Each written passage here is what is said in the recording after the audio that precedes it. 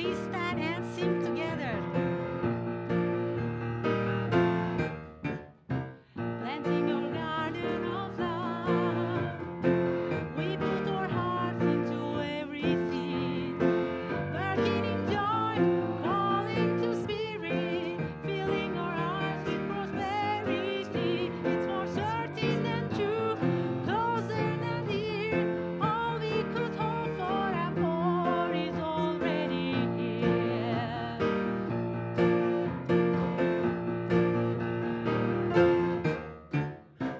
Planting our garden of love.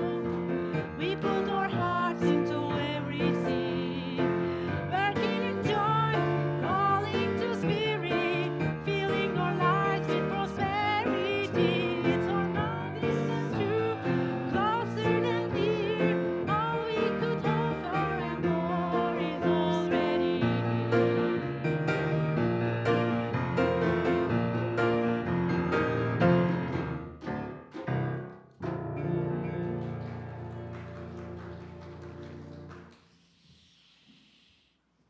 Good morning, everyone.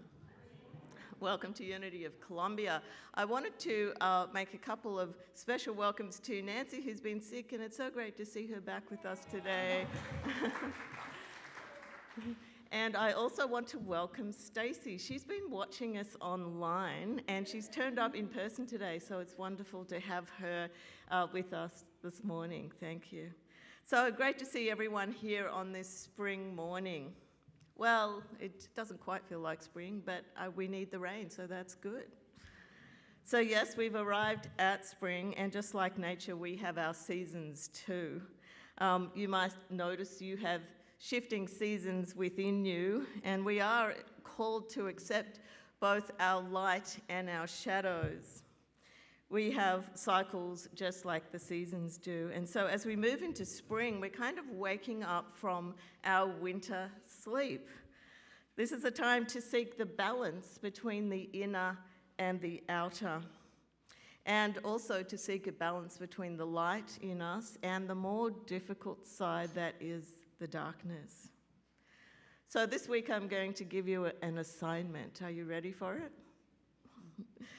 As you enter into meditation or reflection time, ask for clarity about your light and clarity about your darkness too. And then when you finish, just let go and rest in the presence of divine presence. So please stand and greet each other today in divine presence.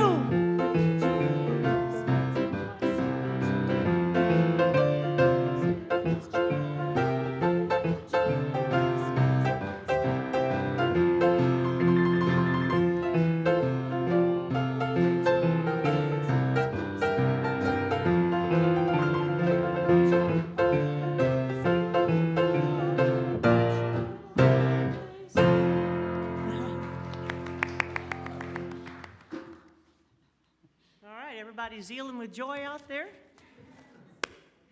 My name's Mary Kinney, and I'm your facilitator today. Welcome to Unity of Columbia. Welcome to everybody here in the sanctuary. Welcome to everybody online. Come join us. We're a fun bunch, full of zeal and joy. And if you're brand new today, we especially want to welcome you. And the ushers have a welcome packet for you. You can sign up out in the foyer for the e-newsletter and find out what's going on around here. And please turn your cell phone off. That's another thing we'd ask, that we honor our space here together. Today's reading is from Charles Fillmore. Through the renewing of our mind, we transform our bodies and affairs, demonstrating that we are indeed made in the image and likeness of God. Please join me in affirming our vision, mission, and core values. Our vision is, we celebrate a spiritually awakened world. And our mission is, we inspire the awakening and practice of divine love in every heart. In addition, we celebrate our core values, knowing that we have come here to be spirit-centered and to express the values of love, peace, and connection. I have some announcements today. You might have noticed out in the Solar Gallery that we are still going on and having our March book and CD sale. So it continues in the Solar Gallery, and you can take a look after church today, find some real bargains as a 2-for-1 special. So get out there, and there's a lot of good things, a lot of good books and stuff to have. And our Unity classes begin in 1 week. It's the Metaphysics with a Minister. Part 2 starts on April 1st. So classes are at 6:30 on Tuesday nights and 11 o'clock in the morning on Wednesday. So you don't have to have done part 1 to join in on this. You can just attend the series. It's a credit class, so sign up in the foyer if you're interested in that, and the books will be available for purchase. I think they're $20, and the reading list will be there too. So come take the Unity class, Metaphysics with the Minister. A reminder that there will be an important congregational meeting with the Board of Trustees on Sunday, April 6th, from 11:30 to 12:30. So please put this date aside on your calendar, and you can be there and be part of the conversation.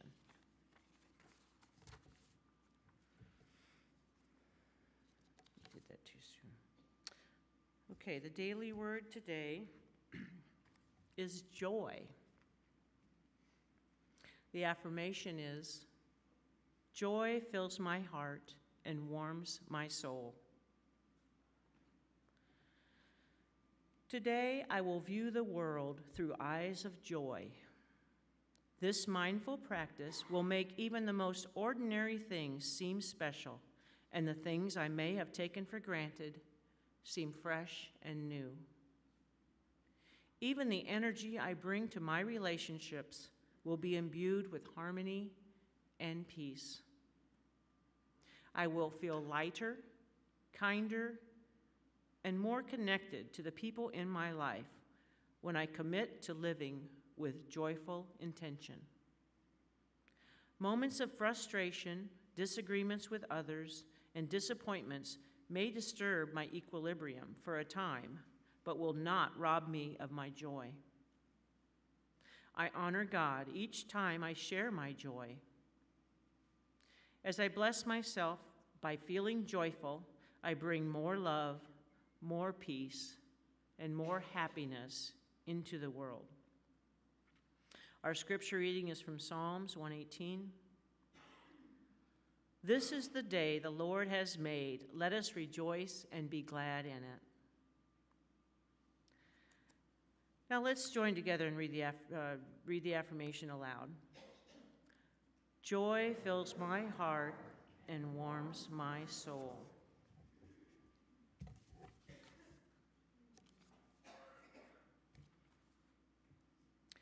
The prayer box. is a symbol of blessing today. In prayer, we expand our awareness, knowing that we are expressions of God. We open our minds to receive an abundance of all that is necessary to fulfill our soul's purpose. We now hold others in prayer. Please speak your loved one's name aloud so that we can collectively hold space. Vivian. Kieran.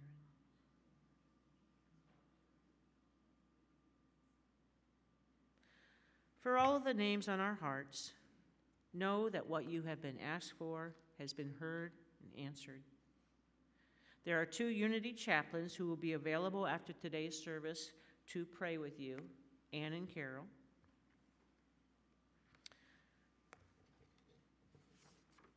And now we'll have our meditation song and our meditation.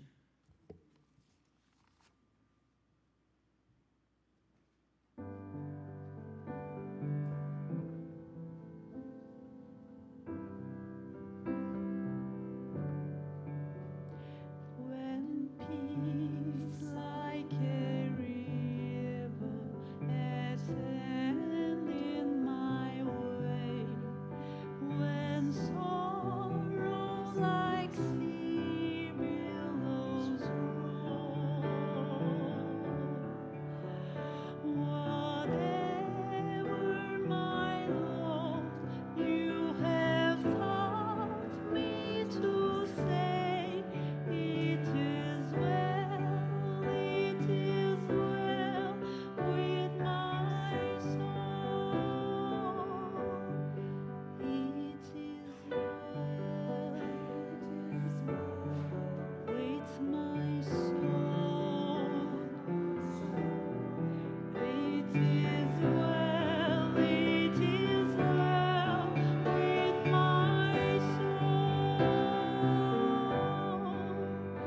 And Lord, it's for thy coming we wait. The sky not the gray with our goal. Trumpet of the angel, a voice of the Lord, blessed hope, blessed rest of my soul. It is well with my soul. It is well with my soul. It is well with my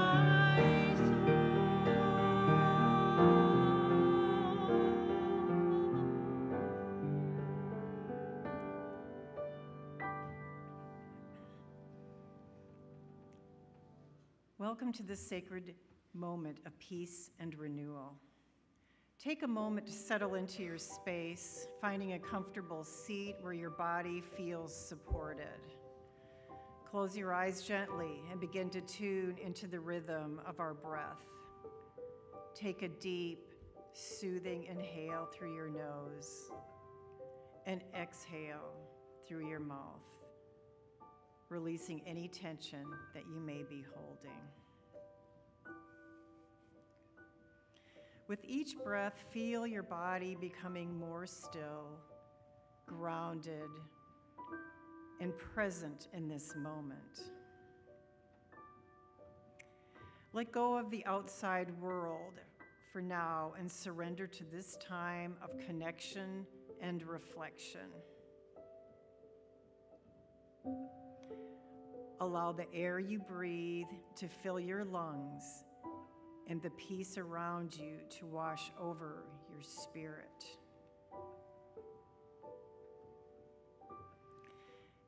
Imagine as you breathe the warmth of the spring sun shining down upon you. Feel its gentle rays warming your face and body, bringing light and life into every part of you. Picture the vibrant green of the new leaves, fresh and full of life, reaching toward the sun, dancing in the breeze. Visualize the flowers bursting open, their colors vivid and pure, filling the earth with beauty. As nature awakens, so too does your spirit. Spring is a time of renewal, a time to experience the beauty of fresh beginnings. Just as the earth emerges from the stillness of winter, your heart can be revived and refreshed. Allow yourself to relax into this season of growth.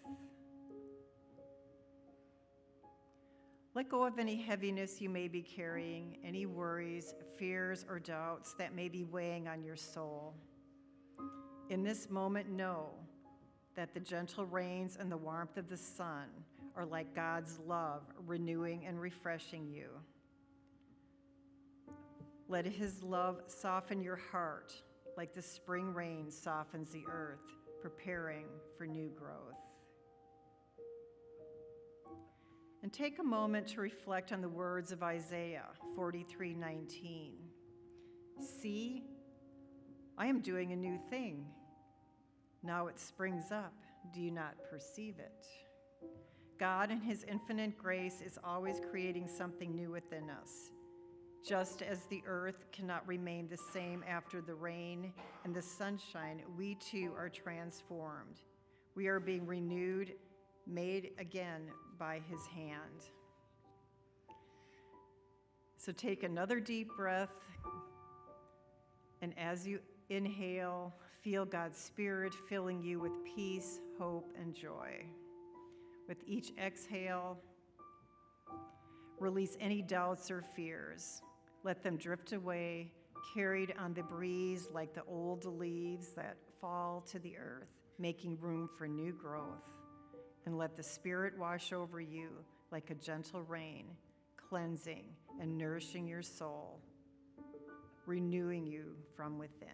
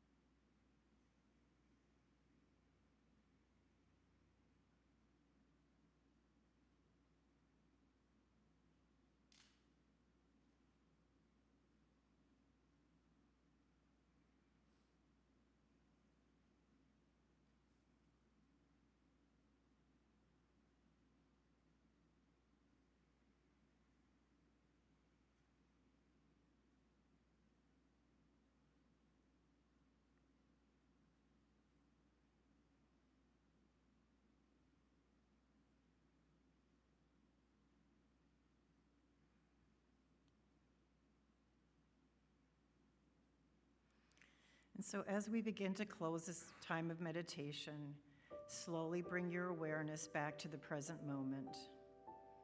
Gently deepen your breath and become aware of the space around you. And so when you're ready, open your eyes, carrying with you the peace, renewal, and hope that spring brings. And may you go forward today with the awareness of God is doing a new thing in your life, something beautiful, something full of promise. And may his love guide you as you step into this new season of new beginnings.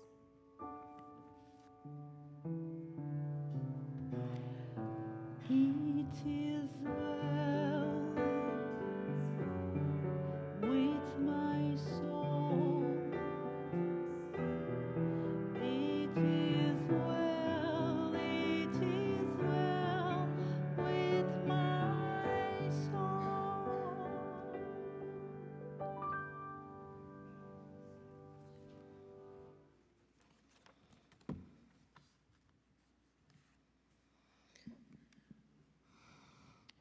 John had a vision of a new heaven and a new earth. In Revelation 21, he describes the passing away of the old heaven and the old earth and the making way for a new creation. And he says, "Then I saw a new heaven and a new earth, for the first heaven and first earth had passed away." Jesus speaks similar words when he declares, "Behold, I make all things new." And when he's saying that, he's affirming that God is not fixed. God is not into trying to restore the old, but rather he's bringing forth a new reality. And "behold, I make all things new" is a very profound affirmation. It's an affirmation of spiritual renewal. And it fits in with John's vision of this new heaven and the new earth. From the metaphysical perspective, the scripture reminds us that spiritual renewal is always at work. And it doesn't matter what has come before. It doesn't matter what has come before, because we are continually being invited to step into a new expression. An expression that is filled with infinite possibilities. And so in human terms, John is letting go of limitation and the suffering he's seeing and the separation he's seeing, and he sees all of these dissolving and a new order emerging. And so for each of us individually, that represents a shift in consciousness. Are we in the old heaven and the old earth way of thinking? Because the new heaven and the new earth symbolizes a new awakened consciousness, a new way to live, a way to live in love and peace and wisdom. The new heaven might be a higher way of thinking, a different way of looking at something, where we're aligned with divine mind, where our thoughts are clear, and where we just are centered in truth. So is the new earth and the new heaven being realized in your physical reality? As within, so without. And isn't it true that when our minds are renewed, our physical world is transformed? And so John was loosely speaking about what he saw as the New Jerusalem. That was his vision. A place where there was no more war, no more fighting. It was a place where people got on with each other, where they worshipped together, where they were not feeling separate, but they were one with each other and with God.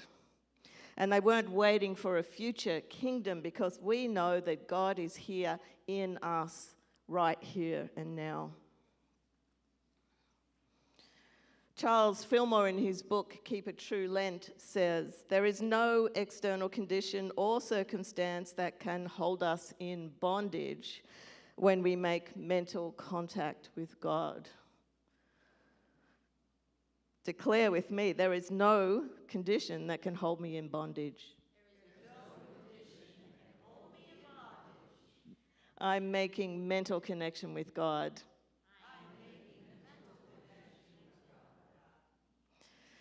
And so Jesus in the Gospel of Mark spoke about the Sabbath. He says the Sabbath was made for humankind and not humankind for the Sabbath.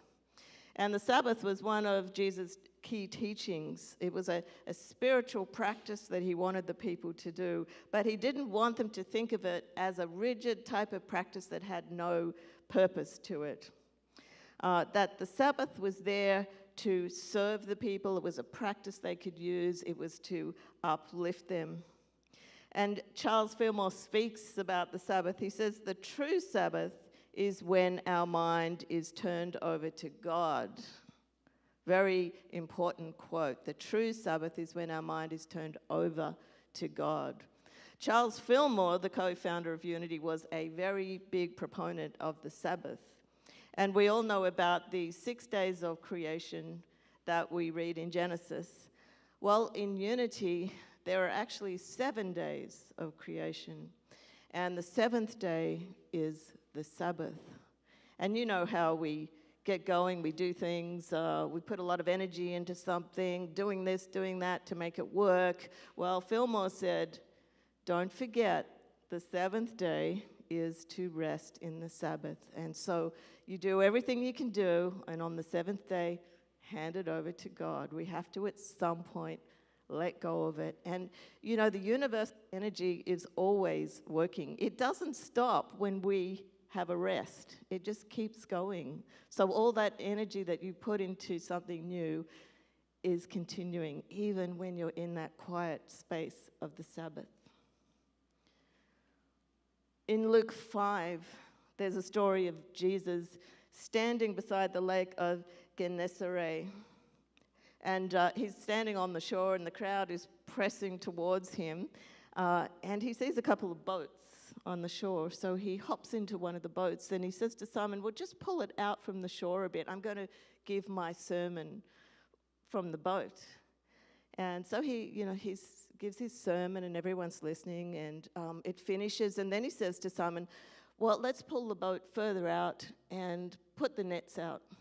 And Simon says, well, we went fishing last night, and we didn't catch any fish at all. And Jesus says, well, just do it anyway. And so Simon puts out the nets, and they catch a whole heap of fish. And, in the scriptures, fish represent ideas. So what is Jesus telling him?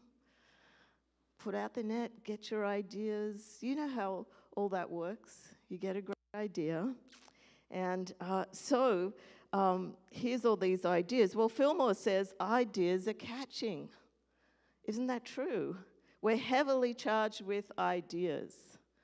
There's a lot of creative people here. There's so many things going on, you would be amazed. All this stuff is going on in the background. And so I remember someone having this idea. I know, let's have a gumbo. Remember that idea? One person has this idea, I'll have a gumbo. And then a team of men come along and say, hey, we'll help you cook it. And then a team of women come along and they say, oh, we're going to make king cakes, we'll do the dessert. And then everyone else is so excited about the gumbo, we're all going to come along and eat it.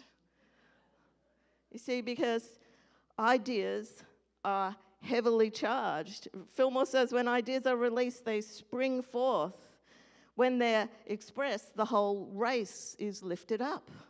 And isn't that true? One idea, the gumbo, and everyone can't wait till the next one is coming. Saying, when's the next gumbo? So we all benefit from the one idea. True ideas are charged with spirit, he said. We bring ideas into manifestation by making ourselves one with the idea. So say with me, I am one with the gumbo. And so this is the way it works. You probably heard the saying, new wine should not be put into old wineskins. New wine should be put into fresh wineskins. So if you take a new idea and you try to do it in an old way, it probably won't work. If you try eating healthily, but your cupboard is full of unhealthy snacks, the diet probably won't work. If a business invests in renewable energy, but their policies are structured around fossil fuels, it probably won't work. If you're trying to fix your relationship and you're communicating in the old way, it probably won't work. I remember when I used to have this fantastic flip phone. It was bright red. I was super attached to it. And I can't tell you what year that was, but you remember flip phones, right? And then smartphones came in. Remember smartphones came in? And I saw the smartphone and I thought, why would you have one of those? I've got this gorgeous red flip phone, which I'm really attached to. I can fold it in half. It fits in my pocket. Why would I have that thing? It doesn't fold in half. It doesn't fit in my pocket. And I thought, nah, I'm never going to get a smartphone. I'm sticking to the flip phone. And so some of my friends started getting smartphones. I thought, oh, look, it's really, really great. You can put your emails on it. I thought, I don't need to do that. A phone is for making phone calls and text messages. And then I said, oh, it's great. It's got a calendar in it. Well, I've got a diary. I can write in that. And then I used to like photography a lot. I had quite an expensive digital camera. And then my friends start taking photos on the phone, and I look and I think, wow, they're pretty good photos. Like, I think they're as good as the ones from my expensive camera. I started to get a bit interested. And then apps came in. Remember apps? Apps, oh, you can log into this. You can do your banking on it. You can, check in for this. And I'm thinking, wow, that's pretty convenient. And so I had to kind of acquiesce eventually, and I did get myself a smartphone. I still have my flip phone in a little box back in Australia, so I can't quite let go of it yet. But we get the idea. When we're trying to do new things in an old way, it doesn't quite work. So Charles Fillmore is talking about healing. And he says, the first step in all spiritual healing is the using of faith. And the second step is to become open and receptive to the stream of healing life.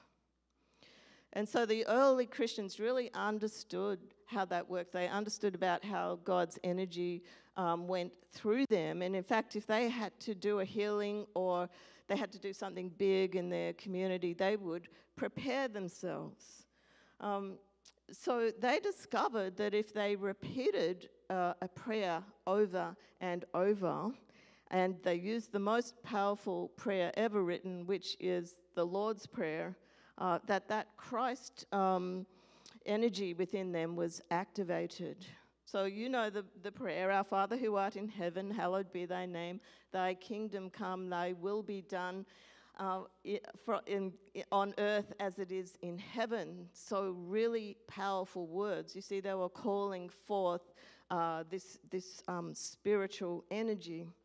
And I can attest to the power of that prayer because way back I was going through a very difficult time in my life and I used that practice. So I said the Lord's Prayer 12 times a day, and I chose 12 because that's what we were taught in ministerial school. 12 is the number for spiritual completion. And so I did that for about a month, and all these things started happening. I used to be quite attached to things. I wasn't a hoarder, but I did like to hang on to things. So I've discovered that I got really good at releasing junk. I let go of all the things that I didn't need anymore, cleared out my house. Then I got a new house, and then I got a new job, and everything got shifted around, and that was the power of that prayer. That was my experience of doing that prayer 12 times a day. So in the early Christians used to use the Lord's Prayer as a formula. But here's what I discovered. They didn't do it 12 times. They did it 15 times. And I thought, wow, I wonder why they did it 15. So here's what I discovered. In 15, there's a 1 and there's a 5, right? So 1 means, let me get this right, 1 means divine intelligence. 5 means freedom. When you put those two together, You have freedom in your divine intelligence. So there's a big energy there of transformation. And we also understand the power of words. The power of words come through if we speak to our body when we're suffering. We can activate healing. When we repeat affirmations, which are statements of truth, we see the benefits of that. We're opening our mind. We find ourselves moving in a new direction. And we can feel the healing begin, the shifts begin. So we have been talking a little bit about the Unity Lenten booklet, and there are still some copies out in the foyer if you'd like to take one.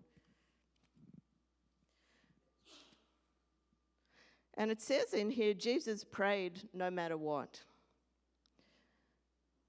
There were 3 things he did. This is interesting. The first thing he did was he went apart to pray alone. The second thing he did was ask his friends to support him. And the third thing he did was honestly express his feelings, even when he was upset or distressed about something. So that's 3 things that we could do. It goes on to say, if we're facing uncertainty, prayer can be the first resort and the last resort. Don't beg God for help. Pray to remind ourselves that we are never separate from God. We pray to strengthen our faith and to affirm that we live in a universe of good. We pray to acknowledge that we don't always see the spiritual reasons behind the events in our lives or in the world, but we trust they are there.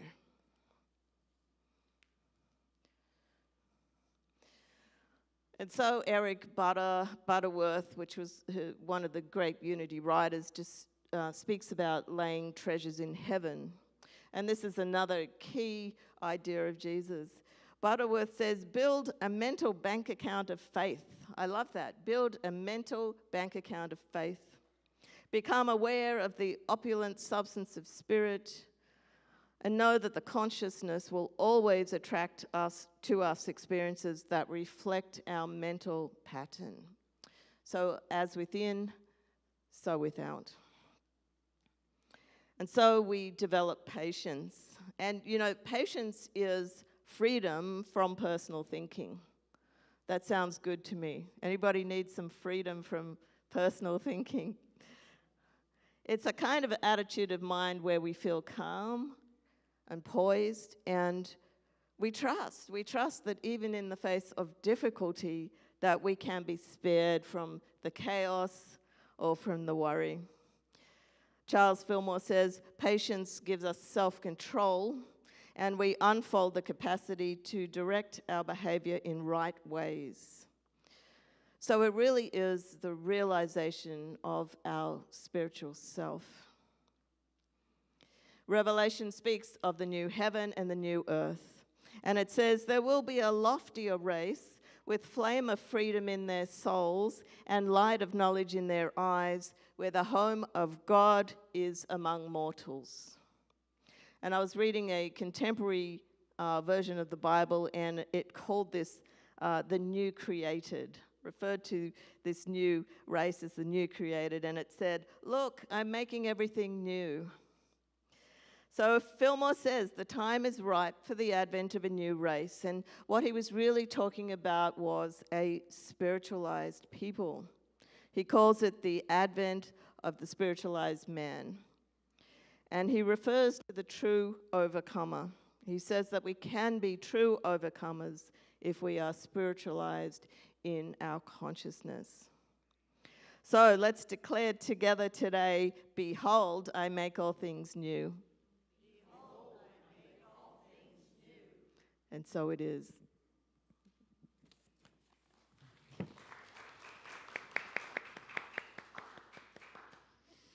Please stand.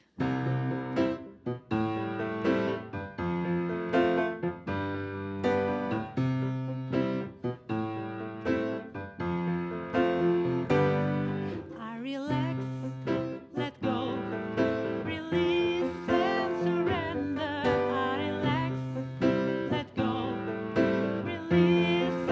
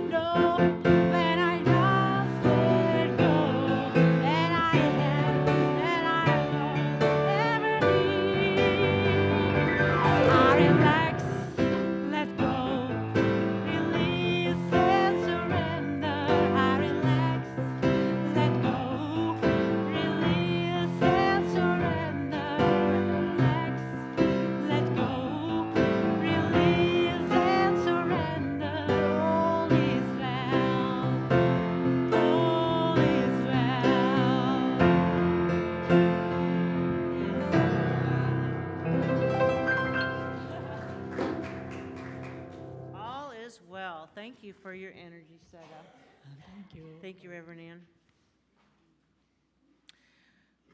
We now place a blessing on our gifts, and we put ourselves into the law of circulation.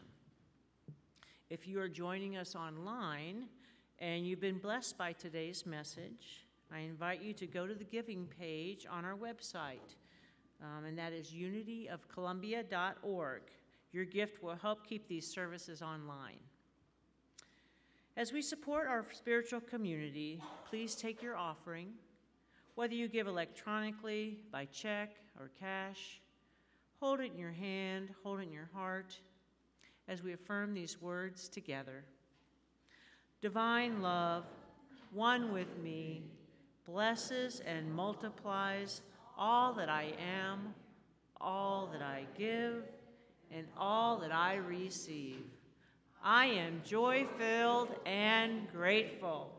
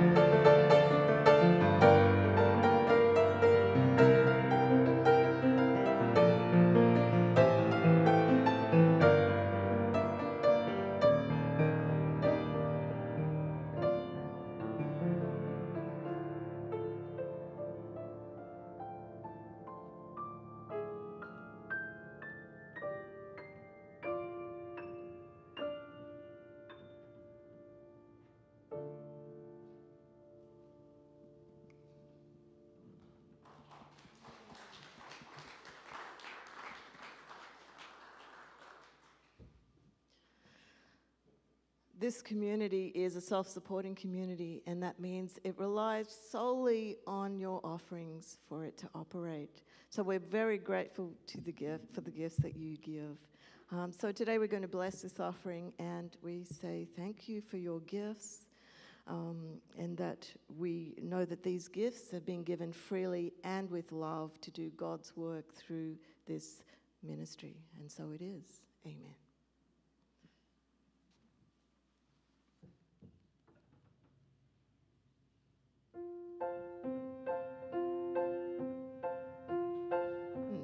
The children are coming in. This little light of mine, I'm gonna let it shine. This little light of mine, I'm gonna let it shine. This little light of mine, I'm gonna let it shine. Let it shine, let it shine, let it shine. Hello, everyone. So, Easter's coming up. So we're still talking about Lent, and today we were actually talking about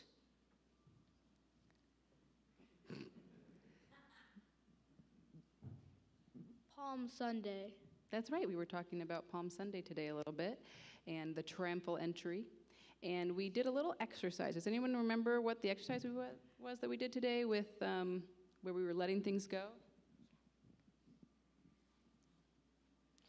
We were writing stuff on little papers and then we would burn it.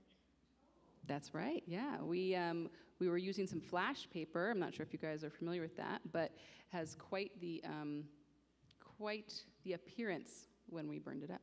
So we were thinking about all the things that we could let go of to make space for new things, and we were writing some of those things down. Does anybody want to share some of the things that they're making new space for?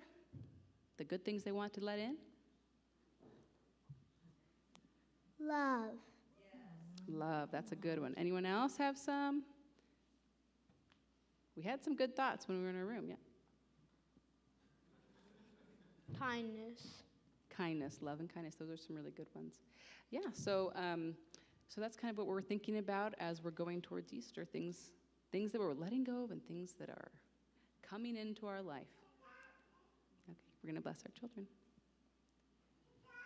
We love you, we bless you, we appreciate you, and we behold the Christ you are. Okay, go right over here.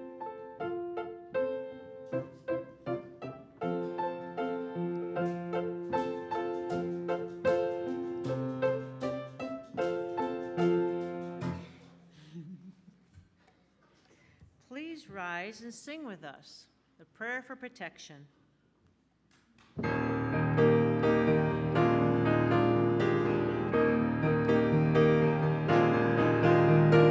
God is here, the love of God surrounds us.